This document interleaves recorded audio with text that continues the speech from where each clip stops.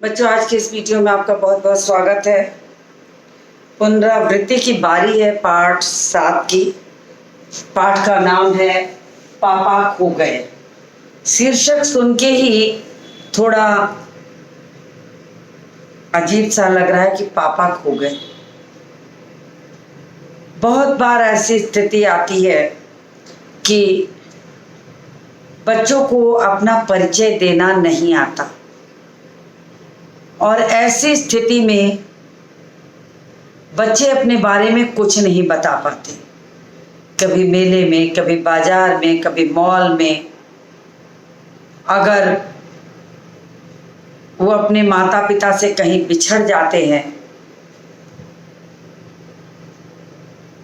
तब उनको ये समझ में नहीं आता कि वो कौन हैं, कहाँ के हैं, अपना परिचय वो कैसे दे, कैसे वो बताएं कि वो कौन है। ऐसी स्थिति में बड़ी परेशानी होती है कि हम बच्चे को कहाँ छोड़ें। तो जो सबसे जरूरी और आवश्यक बात मैं आपसे कहना चाहूँगी वो ये होती है कि अगर आप अपने शहर में, मान लीजिए ठीक है बच्चा आपको सब चीज़ें जानता है, कोई बात नहीं, लेकिन अगर बच्चा आप किसी दूसरे शहर में गए हैं, आपके साथ एक छोटा बच्चा है, तो थोड़ी सी सतर्कता आपको अवश्य बरतनी चाहिए। आप बच्चे के जेब में उसका नाम, पता, कुछ ऐसी चीज़ें ज़रूर रखें कि जहाँ कहीं भी आपको ऐसी स्थिति बन जाए, खुदा ना खास्ता कभी ऐसा हो जाए कि बच्चा किसी कारण से बिछड़ गया, ट्रेन जर्नी कर रहे हैं, दुर्घटनाएं किसी को बताकर नहीं आती, तो ऐसी स्थिति में आपका बच्चा सुरक्षित रहे, सही स्थान पर पहुंच जाए या सही लोगों द्वारा सही स्थान पर पहुंचा दिया जाए। पापा खो गए पाठ भी बिल्कुल ऐसी ही सजीव और निर्जीव पात्रों के माध्यम से रची हुई एक कहानी है, बल्कि लघु नाटिका कहना चाहिए, जिसमें कुछ सजीव पात्र हैं और कुछ निर्जीव पात्र हैं, जिनको लेकर ये कहानी रची गई है, जो कि मराठी के एक सुप्रसिद्ध कथाकार विजय तेंदुलकर की एक लघु कथा है। इनके लेखन में सजीव और निर्जीव दोनों पात्रों के माध्यम से कहानी चल रही है, एक उद्देश्यपूर्ण कथानक के साथ। अब आप पूछेंगे कौन सा उद्देश्यपूर्ण? तो पापा खो गए कहानी का जो उद्देश्य है वो यही है कि अगर एक छोटा बच्चा अपना परिचय नहीं बता पाता, ऐसी स्थिति में हम बच्चे को कैसे उसके घर तक पहुंचाएं। कितनी कठिनाइयां होती हैं। आपने आए दिनों ये अखबारों में गुमशुदा लोगों की बातों को पढ़ा होगा। ऐसी स्थिति में अगर मान लीजिए एक 4 साल का बच्चा अपने परिवार से बिछड़ गया है, 4 साल का बच्चा तो संभवतः अपने बारे में थोड़ा बहुत बता भी दे, या घबराया बच्चा नहीं भी बता सकता है,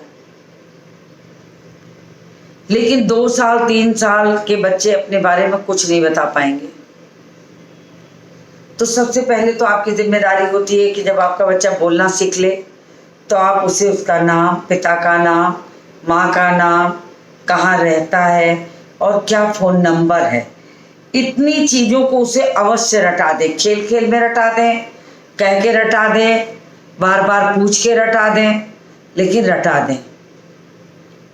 तो ये सबक इस कहानी से मिलता है। जो इसमें एक नन्ही बच्ची है, उसे कोई एक चोर उठा ले जाता है, बच्चा चुराने वाला,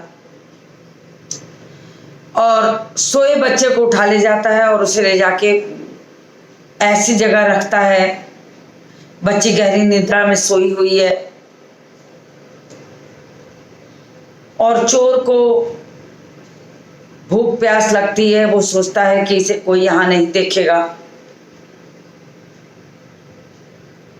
वो उसे वहां छोड़ करके जाता है। लेकिन पेड़ पे बैठा कौवा और तमाम निर्जीव पात्रों को जोड़कर उन्होंने कहानी रच दी है। एक सजीव पात्र के रूप में ये बच्ची है, चोर है। तो छोटी मोटी बातों को यहाँ पर हम वास्तव में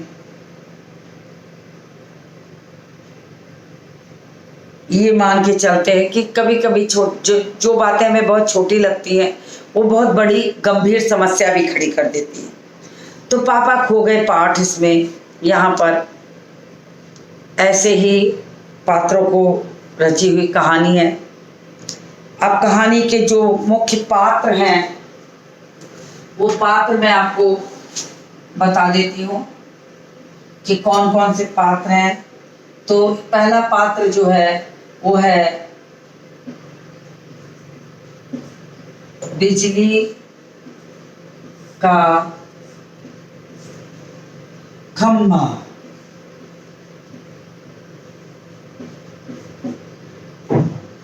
फिर पेड़ है, दूसरा पात्र है पेड़। तीसरा पात्र है लेटर बॉक्स।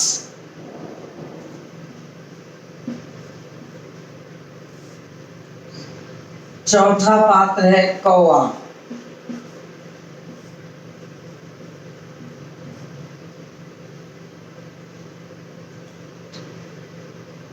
फिर नाचने वाली लड़की, लेटर बॉक्स, नाचने वाली लड़की, एक नाचने वाली है और फिर लड़की है और फिर आदमी जो कि चोर बना है। अब ये छोटे मोटे कुछ सजीव कुछ निर्जीव पात्र हैं। मुख्य रूप से सजीव में तो ये आपके दो पात्र हैं, बाकी कहानियों पर ही आधारित हैं। तो ये मुख्य इसके पात्र हो गए। अब वातावरण क्या है? वातावरण है, सड़क है, रात का समय है, समुद्र के किनारे का फुटपाथ है, वहीं पर एक बिजली का खंभा गड़ा हुआ है, यानी कि एक समुद्र है, समुद्र के किनारे एक फुटपाथ है, फुटपाथ के किनारे एक बिजली का खंभा गड़ा है एकदम सड़क के किनारे पर। खंबे के साथ ही साथ एक पेड़ भी है। एक लेटर बॉक्स। लेटर बॉक्स क्या होता है? लाल रंग का वो डिब्बा होता है जिसमें चिट्ठियां डाली जाती हैं और शाम को आकर डाकिया ताला खोल के चिट्ठियां ले जाता है, फिर उसको सही स्थान पर पहुंचाता है। उसी को लेटर बॉक्स कहते हैं, लाल रंग का होता है। तो एक लेटर बॉक्स है। दूसरी ओर धीमी प्रकाश में एक सिनेमा का पोस्टर लगा हुआ है। पोस्टर पर एक नाचने की भंगिमा में एक औरत की आकृति है। मान लीजिए एक सिनेमा का पोस्टर लगा है जिसमें कि एक नाचने वाली की मुद्रा के रूप में ये मान के चलिए कि नाचने वाली की मुद्रा के रूप में ही हम ले सकते हैं कि कोई है जिसका कि चित्र बना हुआ है।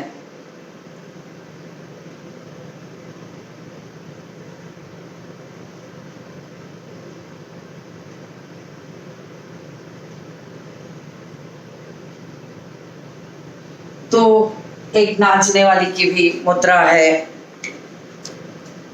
इस तरीके से तमाम पात्र हो गए। पोस्टर पर एक भंगिमा बनी है, औरत की आकृति है। समुद्र में सनसनाती हवा का बहाव है। दूर कहीं कुत्तों के भौंकने की आवाज है।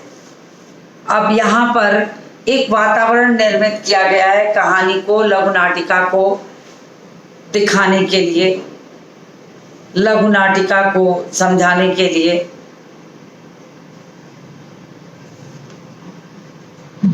अब खंभा जो है, अब देखिए सारे निर्जीव पात्रों को यहाँ पर बिल्कुल सजीव कर दिया गया है। सजीव करके उनसे बात कराई जाएगी, आपस में एक दूसरे से वो बातें करेंगे। कहानी का भाव जो पापा खो गए हैं, वो लड़की जो घर से भटक गई है, उसे ये भी पता नहीं है कि वो खुद खो गई है अथवा उसके पापा खो गए हैं। बस उसे ये लगता है कि वो अपने पापा से बिछड़ गई है। तो ऐसी स्थिति में जो लड़की है उसी को मुख्य रूप से सजीव पात्र के रूप में रखा है। बाकी निर्जीव पात्रों को जोड़कर ये कहानी लिखी गई है। अब मैं लघु नाटिका को प्रारंभ करके समझाती हूँ। तो खंभा है, खंबे को जम्हाई आती है। जम्हाई मतलब मुँह फाड़ कर जम्हाई लेते हुए, राम राम राम, रात बहुत हो गई है। तो पेड़ बगल में, उसके खंबे के ठीक बगल में एक पेड़ रहता है।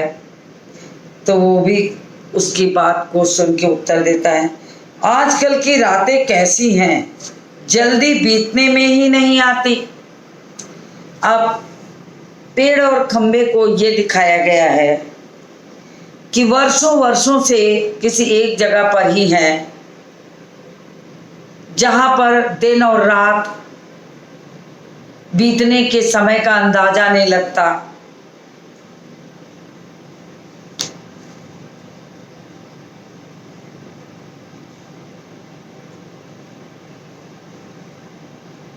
तो खंबा कहता है कि रात तो बहुत हो गई है।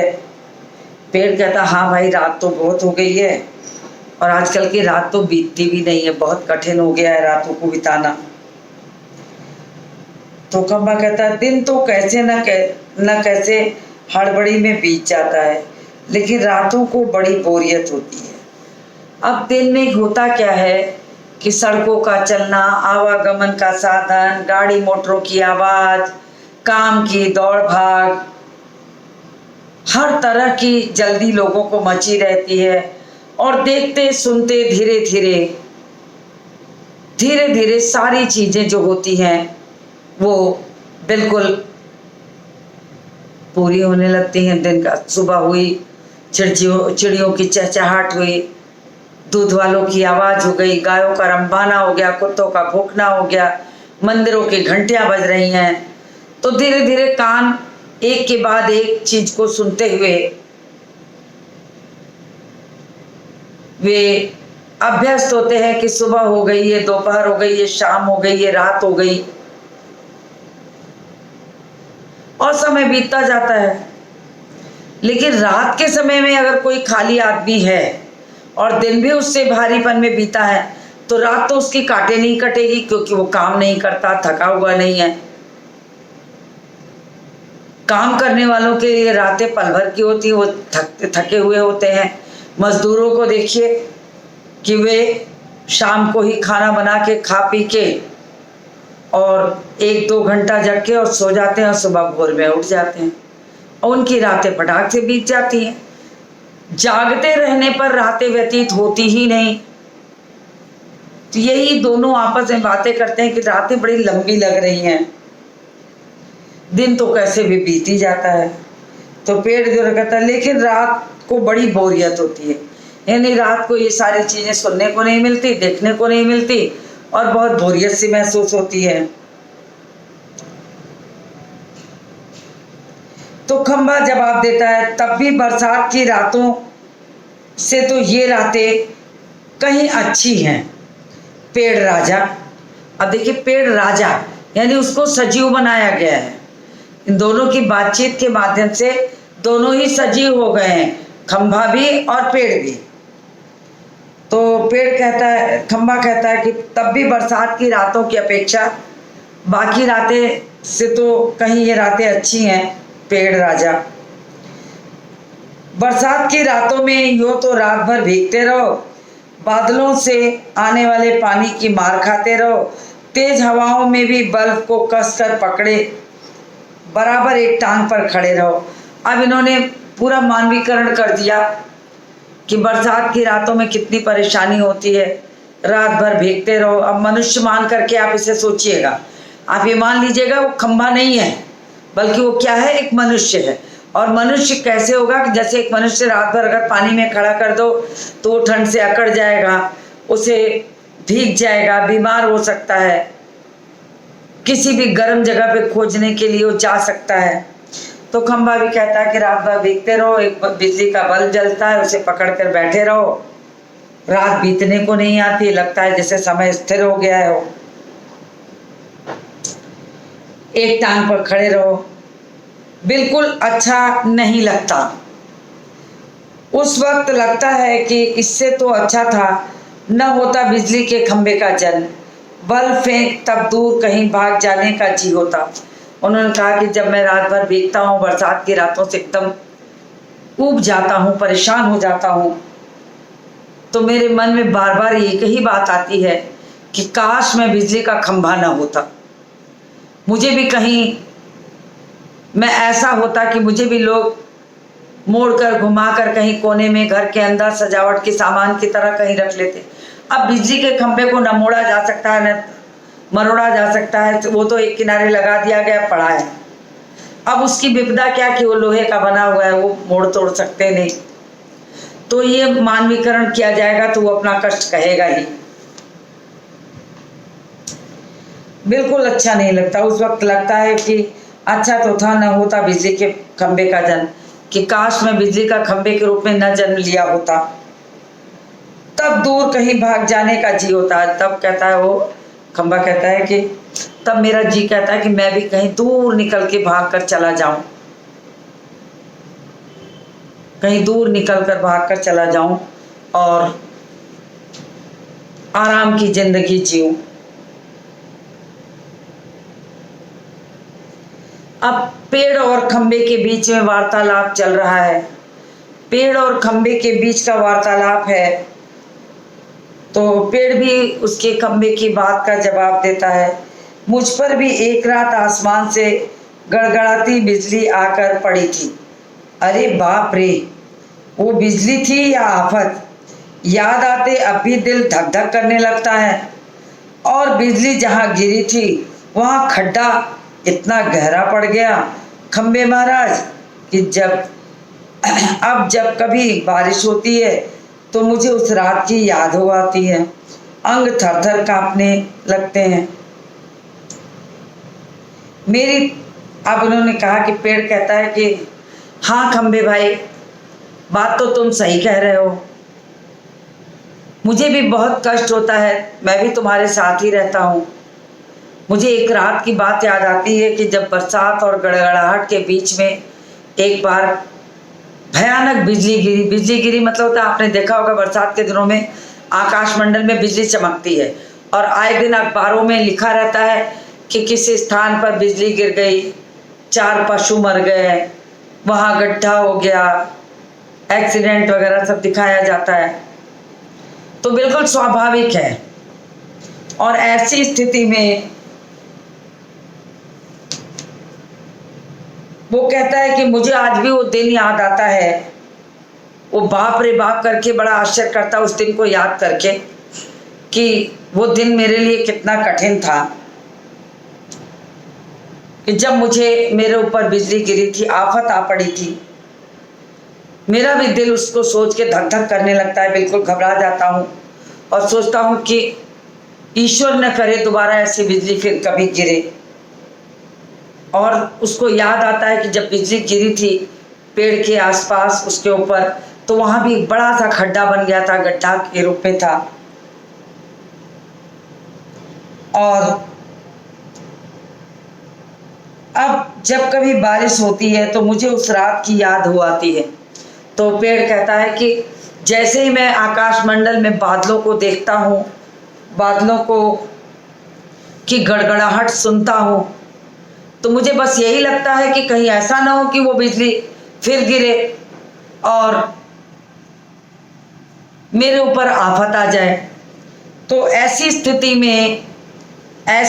में मेरे पास जो संभलने की चीज है तो वो यही है कि मैं संतोष करके किसी तरह से पड़ा रहूं और उस रात को याद करके पेड़ जो रहता है वो डर जाता है, बिल्कुल वो अंग उसके थर थर कांपने लगते हैं और अपनी विपदा वो किससे कहे, तो खंभे से अपनी सारी बातें बताता है।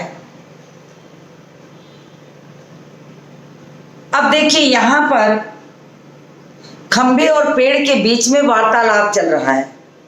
कहानी की ये मुख्य भूमिका है। खंभा भी अपने दुख दर्द को पेड़ से कह सकता है क्योंकि दोनों समुद्र के किनारे एक स्थान पर हैं। तो खंभा भी कहता है कि मेरी तबीयत ही लोहे की है जो मैं बीमार नहीं पड़ता।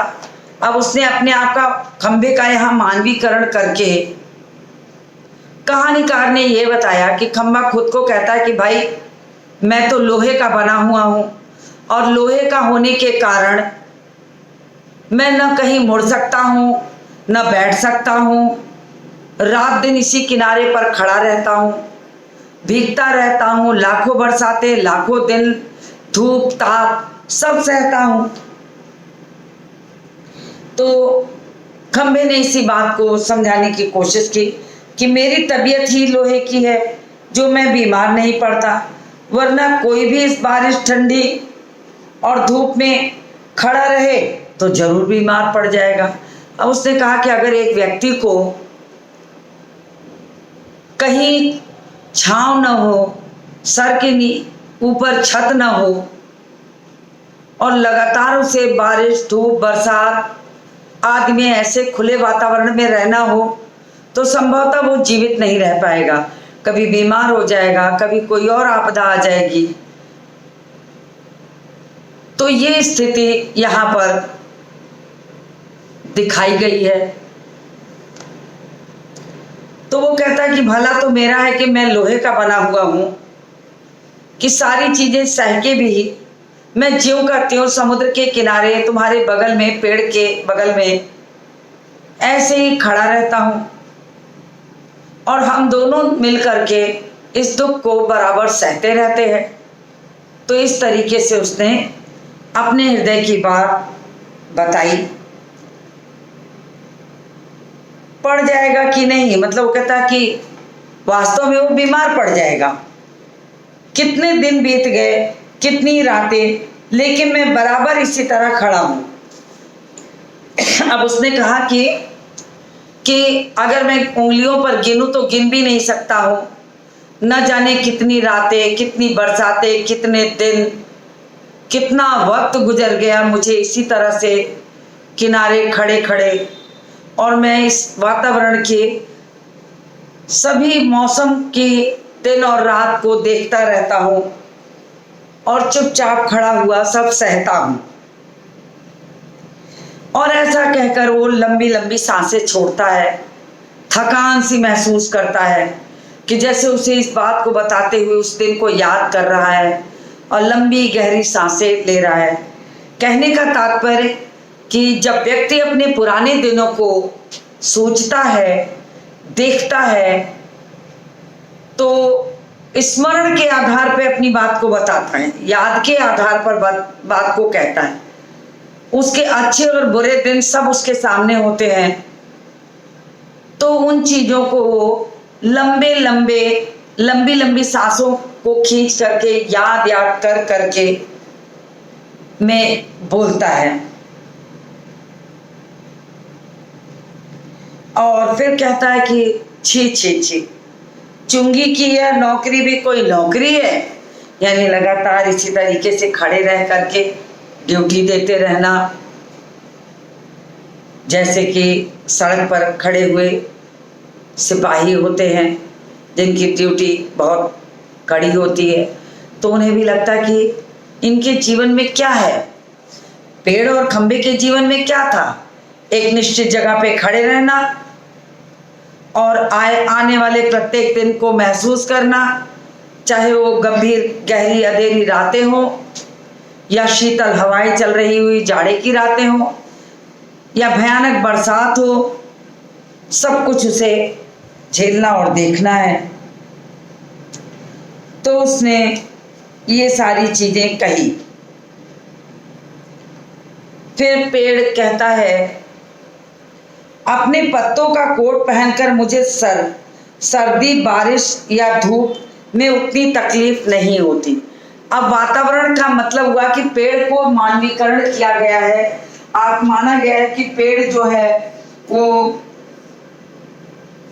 पत्तों से ढका होता है, डालियों से पत्तों से भरा रहता है, घने पत्ते होते हैं उसमें, और धीरे धीरे उन पत्तों के माध्यम से उसको वस्त्र मान लिया गया है कि ये वस्त्र हैं।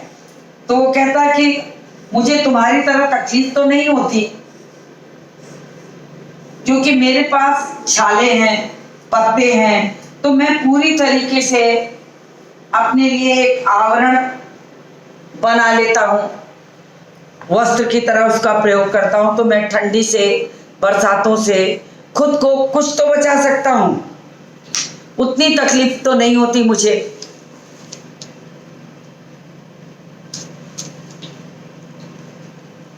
तुमसे बहुत पहले का खड़ा हूं मैं यहाँ।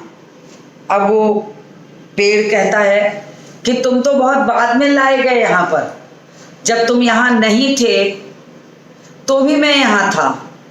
मैंने तुमसे ज्यादा लंबा समय देखा है।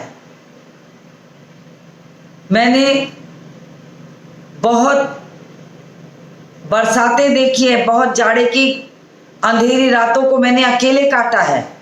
कहने का मतलब जब तुम यहाँ पर नहीं लगाए गए थे तो मैं अकेला ही यहाँ रहकर काली अंधेरी रात में अकेला ही यहाँ समय काटता था।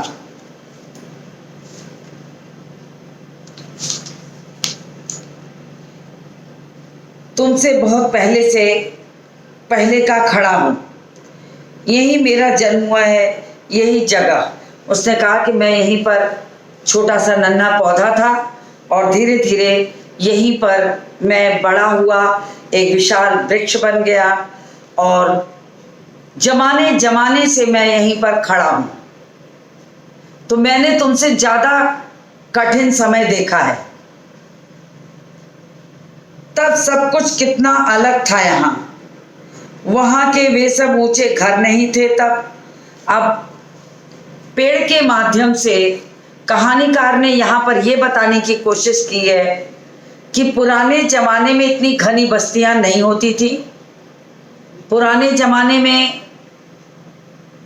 दूर दराज क्षेत्रों में पेड़ पौधे, खुला वातावरण, चिड़ियों की चहचहाट, फूलों की खुशबू, सब कुछ होता था। लेकिन आज सब कुछ काटते छाटते मकानों से, ऊंची बहुमंजिली इमारतों से शहरों की आबादियां बढ़ती जा रही हैं और नगर बढ़ता जा रहा है।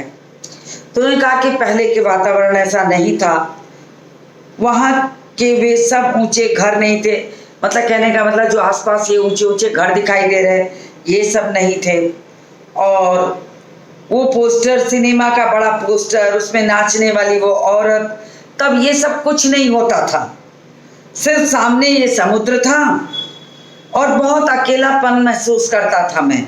उसने कहा कि मैं बहुत अकेलापन महसूस करता था उस समय कि कोई भी चीजें वातावरण में नहीं थी, खाली समुद्र था और पेड़ थे। धीरे धीरे बिजली की व्यवस्था हुई, खंभे लगने लगे, सड़कें बनने लगी, पेड़ों को काटकर तमाम ऊंची ऊंची इमारतें बनने लगी। तो उसके आसपास की जो चीजें थी वो सब भरने लगी। तो पेड़ ने कहा कि मैं तो तुमसे ज्यादा कठिन समय देखा हूं, मैंने तो बहुत अकेलापन देखा है, बहुत ज्यादा अकेलापन महसूस किया है। तुम्हें जब यहाँ लाकर खड़ा किया गया तो सोचा चलो कोई साथी तो मिला, इतना ही सही। अब जब पेड़ के ठीक बगल में खंभा लगाया गया तो पेड़ को ये लगा कि चलो मेरे बगल में एक खंभा लग गया तो मुझे भी अपना दुख दर्द बांटने वाला एक साथी मिल गया। लेकिन वो भी कहाँ, तुम शुरू में तो मुझसे बोलने को तैयार ही नहीं थे। अब उसने कहा कि जब तुम नए नए आए थे और यहाँ लगाए गए थे तो मैंने तुमसे कई बार दोस्ती करने की कोशिश की, लेकिन तुम तो बिल्कुल जैसे लोहे के हो वैसे ही बिल्कुल अकड़ू थे। तुम मेरे साथ बात करने को भी नहीं तैयार थे, तो मेरी तुम्हारी दोस्ती कैसे होती। अब यहाँ पर पेड़ और खंभे दोनों के व्यक्तित्व को मानवीकरण करके, मनुष्य मान करके कहानीकार ने बातचीत के माध्यम से दोनों को दिखाया है, जिससे कि ये न लगे कि ये सिर्फ मनुष्य नहीं है बल्कि पूरी मनुष्य की प्रकृति है। तो इस तरह से यहाँ पर आकर के दोनों के बीच में थोड़ी दोस्ती शुरू हो गई और एक लंबा समय जो था उन्होंने साथ साथ व्यतीत किया था। तो निर्जीव पात्रों के माध्यम से सजीव रूप प्रदान करके कहानीकार ने इस कहानी को रचा है कि पापा खो गए। पापा खो गए कहानी एक नई सीख दे रही है कि किसी भी स्थिति में बच्चे को ये जानकारी होनी चाहिए ताकि कोई भी कठिन परिस्थिति हो तो उसे सही जगह, सही स्थिति और सही व्यक्ति के हाथ पहुंचाया जा सके। तो वास्तव में कहानी की शुरुआत में तमाम निर्जीव पात्रों से कहानी शुरू की गई है और बाद में इसमें लाल ताऊ बन के लेटर बॉक्स और कौवा, थोड़ा सजीव पात्रों में उस नन्ही बच्ची के बाद एक कौवा है जो बहुत मदद करता है, जिसको कि मैं आपको कहानी के आगे के हिस्से में पढ़ाऊंगी। तो आज मैंने आपको यहाँ तक की कहानी पढ़ा दी है। आप इसको दोबारा दोहराइए और कोई कठिनाई हो तो मुझसे पूछिएगा ऑनलाइन सेशन में। आज के इस वीडियो को मैं यहीं समाप्त करती हूँ और मिलती हूँ आपसे अगले वीडियो में।